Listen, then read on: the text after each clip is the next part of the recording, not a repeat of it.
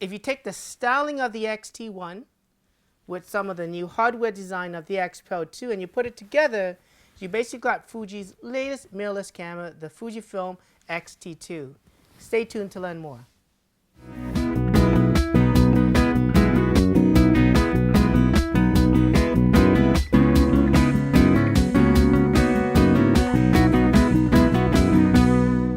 Welcome back to the Fuji Guys channel. My name is Billy.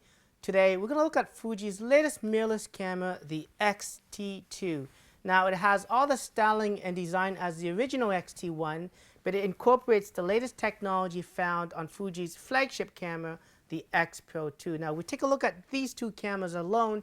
Fuji really has now two flagship models. One that's more of a rangefinder style and the other is more of a DSLR style. So the X-T2, because it utilizes some of the technologies on the X Pro 1, it uses the same sensor and processor. So it is a 24.3 megapixel APS-C X-Trans-C sensor, as well as it uses the new X Processor Pro, which is 4 times faster than the original processor found on cameras like the X-T1. The resolution, of course, on this camera is, of course, much higher, and so like the X Pro 2, it offers things like a lossless RAW compression so that the file size is not very large. It also has an increased phase detection area, which is a little bit greater, about 40% greater than the original X-T1. So it's going to help you track moving subjects a little bit faster. Now, the camera on the back, unlike the X Pro 2, which has that hybrid optical and electronic viewfinder, it offers an electronic viewfinder. It's a 2.36 million dot organic LED display. It also offers a 3-inch tilting LCD. It's actually a 3-way tilting LCD. So, of course, you can tilt it to shoot below and above. But also, you can actually swing the little switch on the side here to unlock it to allow you to rotate it so that you can shoot in a portrait orientation. So if you're shooting a lot of portraits either below or above you, it makes it a little bit easier to use. Now, of course, in conjunction with the vertical battery grip, it's going to make it a little bit easy for you to compose the shot when shooting vertical portraits. Okay. Now, going back to the EVF, it has been boosted. The brightness of the EVF is 2 times brighter than the original X-T1. Also, this resolution in terms of refresh rate has been improved. So the original one, which was quite fast at 56 frames per second, has now been boosted up to 100 frames per second. So when you look through that the electronic viewfinder, it looks very similar to that of an optical viewfinder. Very clear, very bright, with very, very little lag. And compared to the original X Pro 2, the refresh rate is slightly faster. If we can compare 85 frames on the X Pro 2 to 100 frames on the X-T2. Now, the EVF also has a built-in eye sensor. They've redesigned the eye cup to make it a little bit more comfortable. So I know the original X-T1 had an eye cup that didn't really seal around the eyes. You had an optional eye cup that you can purchase. The X-T2 has been slightly redesigned, so it's in between the two, and it allows a little bit more of a seal around your eyes so that when you shoot in bright sunlight, it's not very distracting at all. So, in terms of designs and controls, the X-T2 has some good updates compared to the original X-T1.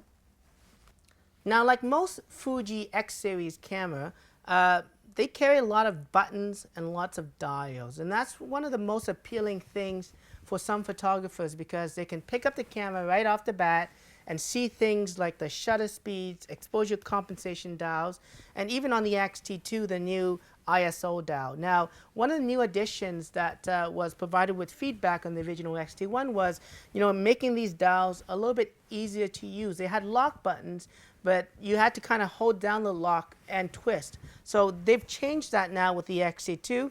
Both the shutter speed dial as well as the ISO dial have locking switches so that you push it to lock and you push it to unlock, which allows you to freely rotate that dial. They've also heightened the dial slightly higher to allow you to not accidentally rotate the drive dials and the exposure and the metering dials are just below it.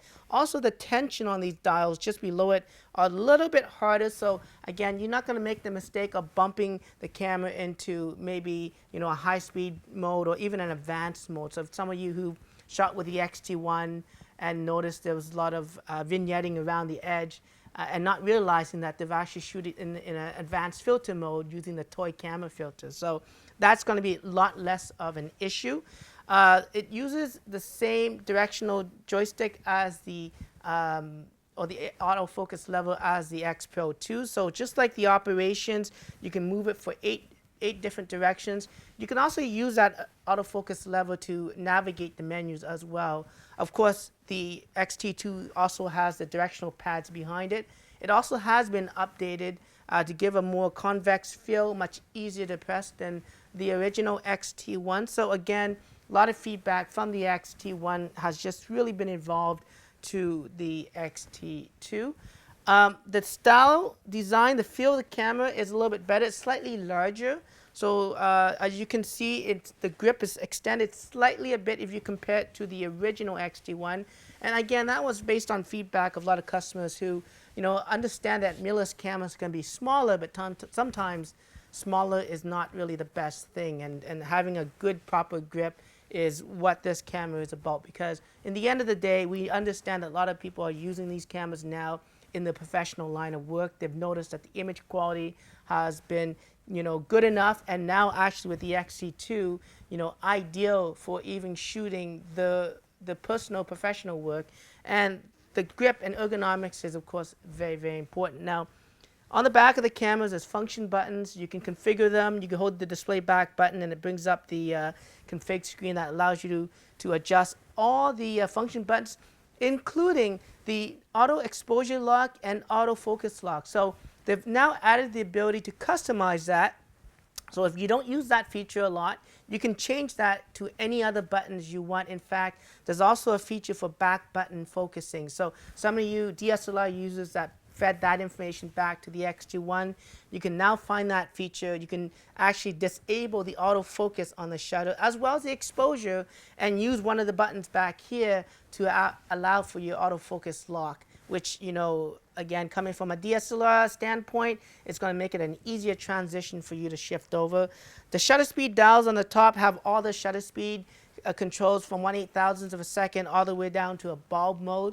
If you set the dial to the T mode, it allows you to use the command dial on the back, just like your SLR, to adjust the shutter speed. So again, if you're more comfortable using it in an SLR way, you can set it to the T and it gives you controls from about 30-second long exposures all the way up to the max shutter speeds, including the ability to adjust it up to the electronic shutter that's also built into the camera that goes up to 1/32,000th of a second. Now, again, the shutter release on the top, just to give it the same look and feel as other X-Series camera, it does have a thread. So if you want to manually attach a cable release, you can, to allow you to do things like long exposure. So if you had an old film camera that had one of those, you can actually use that directly on this camera now. Now, overall, the controls, the button feels, the ergonomics have been redesigned and really, truly updated. And it is really a true refinement to the X-T1. Now, everybody loved the autofocus lever or the joystick found on the X Pro 2, and the X-T2 has that same feature. So again, you can control the autofocus point by quickly just moving it to any direction. It is very configurable. If you hold the button down for a few seconds, you can set it up to either turn it off, have it so that you push to unlock it, then you can move the autofocus points, or you can have it on all the time so that if you quickly want to move the autofocus point, it moves instantly. Now, to adjust the autofocus size, you use the command dial to increase and reduce the size of the autofocus point. Of course, you can also use the joystick to move the autofocus points around the screen. Push down to reset it to the middle, and push the command dial inwards to reset it to the original size. Now, the autofocus has been bumped up from the X Pro 2, so it offers 91 points or even up to 300 225 points. So on the original X Pro 2, I believe it was something in the range of 273 points. So a little bit more fine-tuning abilities with the X-T2. You got things like single point, zone, and wide focusing. But what's really new about the X-T2 is its new autofocus, a continuous autofocus system. It's been redesigned and refined to reduce things like wobbling. And what happens is the camera would use phase detection, phase detection, phase detection, and if it found an area where it couldn't get focus, it would jump to contrast detection, and it would stay on contrast detection for a while so that you got that in and out wobbling effect. And then eventually it would pop back into phase detection.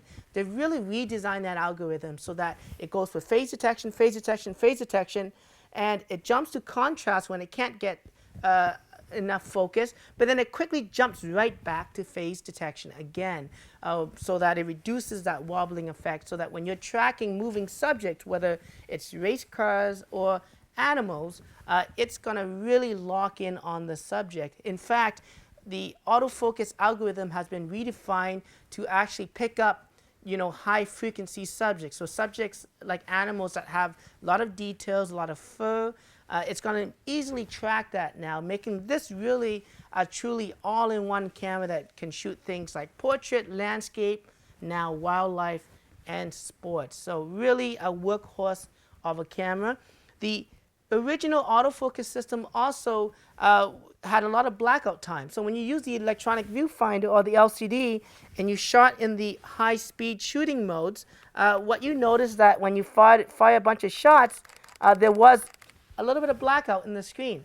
And that now has been reduced greatly with the new algorithm. So now by reducing the blackout time using the full potential of the processor, it's also allowed the camera to have more live view, which also means instead of having in that one single shot one time for the camera to obtain focus, it can pick up 5 to 6 times the amount of focus, so that the accuracy of the focus is also improved. And that's a huge, huge refinement, especially when you're moving and trying to capture and track moving subjects. So a big benefit with the X-T2.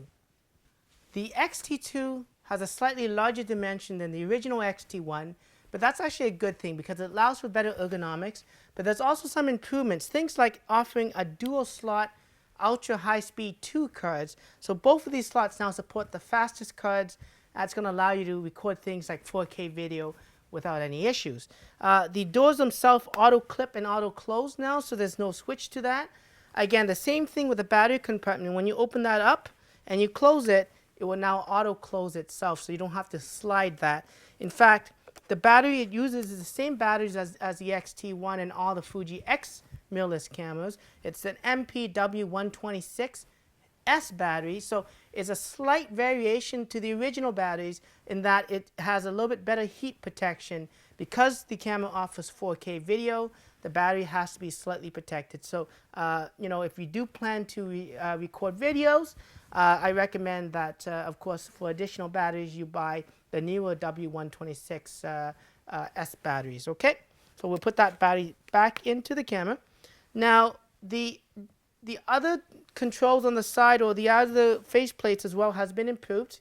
Again, you open up the side cover, you have access to some of the plugins. You got a 3.5 millimeter microphone jack, and that's a huge bonus because the original cameras that Fuji offers were only just 2.5 millimeter.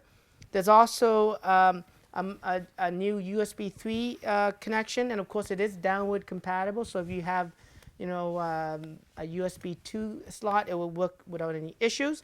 You got a micro HDMI port as well as a 2.5 millimeter port that allows you to connect a wireless remote release, so that if you want to use an OEM third-party release, you can do that as well.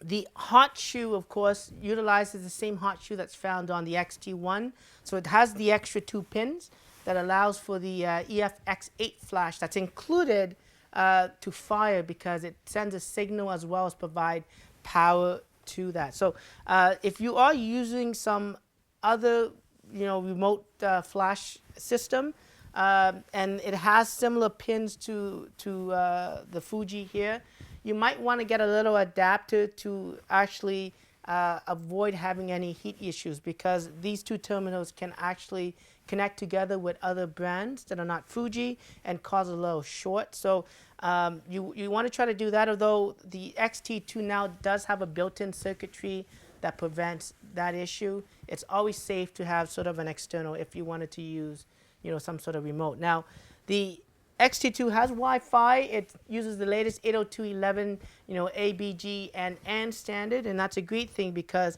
in the future for firmware updates, it's going to offer wireless tethering so that you can remotely capture images and send it to your PC using things like the Adobe Lightroom plugin that would be available when that update is available for the X-T2. It also has, of course, tethering through the USB cable as well. So again, that's a firmware update down the road. So at the same time that the X-T2 will be released to the market, you'll also have the opportunity to take a look at Fuji's latest flash system, the EFX500 flash, and the X-T2 is going to fully support that with a new flash menu. So again, if you take a look at Fuji's new flash menu, you can see it is a slight change. It's a little bit easier to see and set the settings.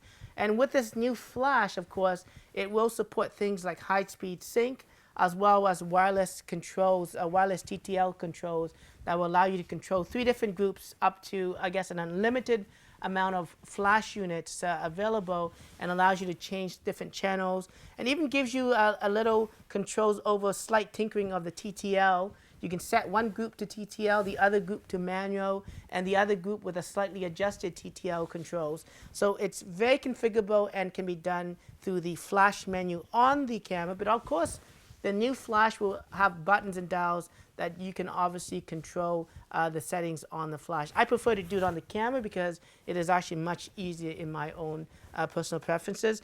Earlier I mentioned that the X-T2 will include the EFX8 flash, which is a built-in flash.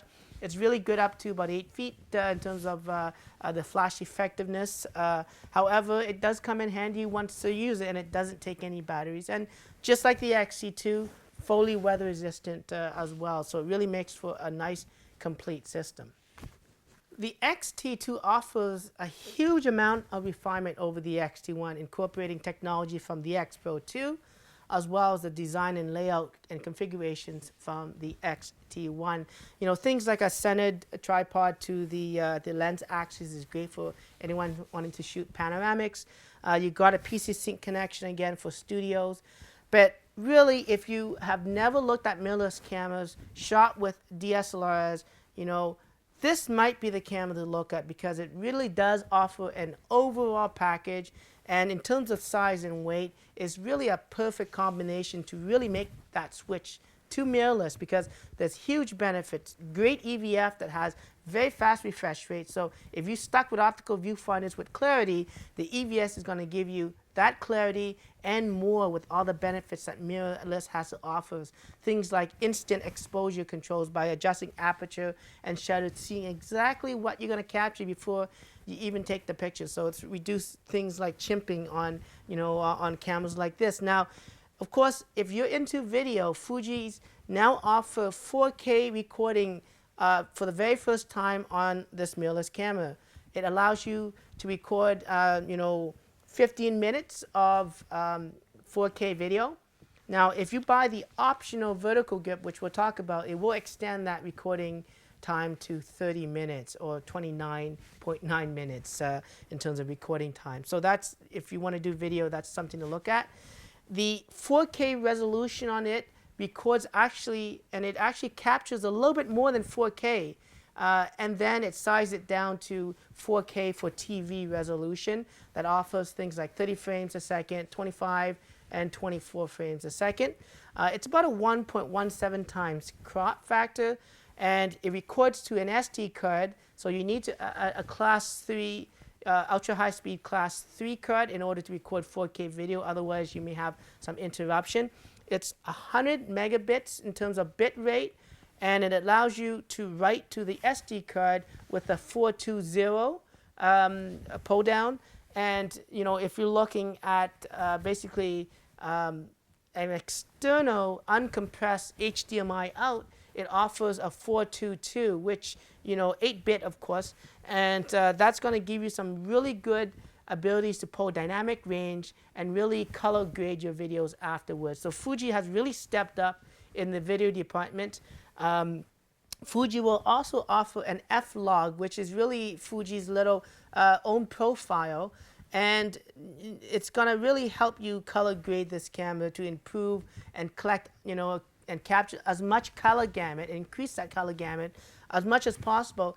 But the great thing about Fuji cameras is that they have film simulation mode, and I believe this is probably the first camera that offers 4K video in black and white. So imagine you want to shoot in acros mode, black and white 4K video straight from the camera. If you don't want anything to do with color grading and F-log, that's all built in. You have control with contrast, with sharpness as well. So there's a lot more adjustments in video. That is a huge thing for anyone who's really now trying to look for a product that takes both great photos and great videos. Again, Fuji has really stepped up. That 3.5 millimeter microphone jack, again, I don't have to use my 2.5 adapter. Again, most of my videos that I do, I use the X Pro 2 to record my videos. This X-T2 will be my new video recorder for all the Fuji Guys channels. So that's going to be awesome. On the back of the camera, on the top, there's a dial for the video. So set it to the video mode now. And it's going to give you that 16:9 crop. So it's going to make it easier for you to frame the shot compared to some of the other Fuji cameras. And you use a shutter button to start and stop the video. Now, with the live HDMI out, if you have an HDMI recorder, you can use that recorder to see the exposure, the live histogram, but you can also start and stop the recording from that device. So it really controls the X-T2. So if you want to create a nice rig, a video rig, you can now with, of course, this particular camera. So some huge improvements over video. It's H.264 compression. And again, it's about 100 megabits, so a lot of details. That's for both 4K video as well as Full HD 1080p. At 1080p, of course, you can shoot at higher frame rates up to 60 frames a second, and it also has the European frame rates included as well. So again, a camera that does it all, the X-T2 might be a nice camera to look at. Whether you're doing videos with the X-T2 or you want to have some better ergonomics and more battery power, the battery grip from Fuji's new X-T2 is slightly larger. As you can see, it has all the controls like the autofocus selector on the back, command dials front and rear. It even has a shutter release, a lock button, Q menu, a function button, the AEL and AFL button. And as you know, those buttons can be configured to your liking, so you can do back button focusing. There's also this new normal and boost mode setting, so that if you want to conserve battery life, you can set it to normal, and when you're shooting fast action and you need the camera to really track and reduce the shutter lag time and the shot-to-shot time, you can flip it to boost mode, and now the frame rate on the camera is increased. The high-speed shooting, which offers things like 8 frames per second, is now boosted to 11 frames per second shooting by just switching on to that. And the reason for that is because it offers a battery tray that takes 2 MP W126 batteries.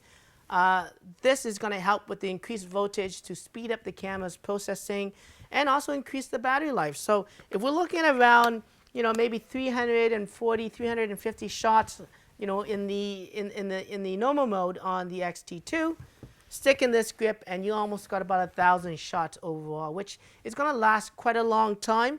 And again, one of the neat things about this is, of course, this hand grip is also a charger. So in the box, it includes a 9-volt adapter that you can plug into the side port here, and it will charge the 2 batteries in this battery grip. And I think it takes only about 2 to 3 hours because it's 9-volt.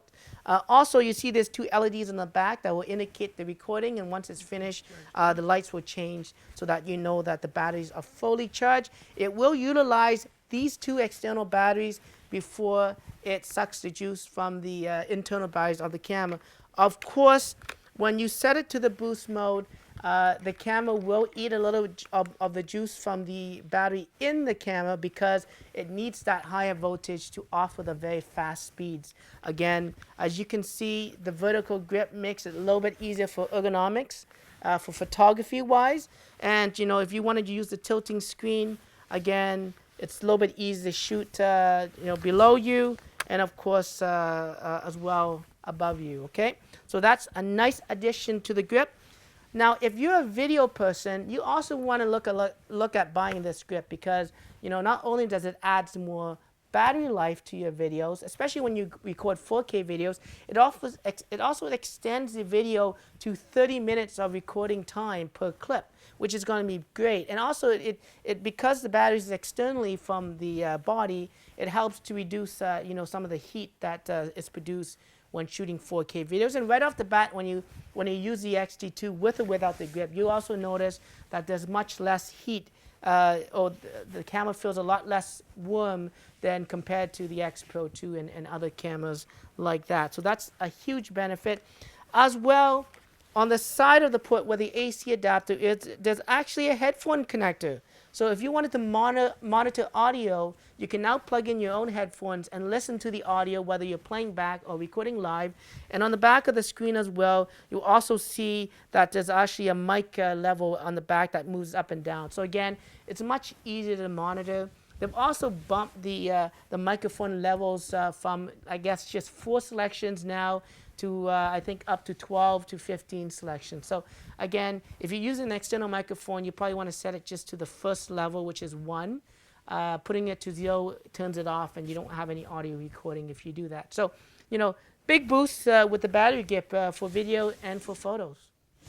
So there you have it, the X-T2, a fully utilized system, battery grip, professional lens. This is one of the Fuji's red badge lens. You know, if you do pick up the battery grip, it's gonna make it much easier to carry and hold. And man, this is really an incredible camera. It looks large and heavy, but I can guarantee you that compared to an SLR of a similar shape and size, it is much, much lighter. And we're looking here at Fuji's, you know, professional red badge 16-55 f2.8 lens, which is a great lens for video recording. And that's another thing about the X-T2. So some incredible features found on this camera. We'll talk about this in other videos as well. I hope you enjoy this. If you wanted to subscribe to our YouTube channel and follow us on Twitter at Fuji Guys, that would be much appreciated. Put your comments down in the comment section and we'll try to answer as much questions as you can. Until then, I'm Billy of the Fuji Guys.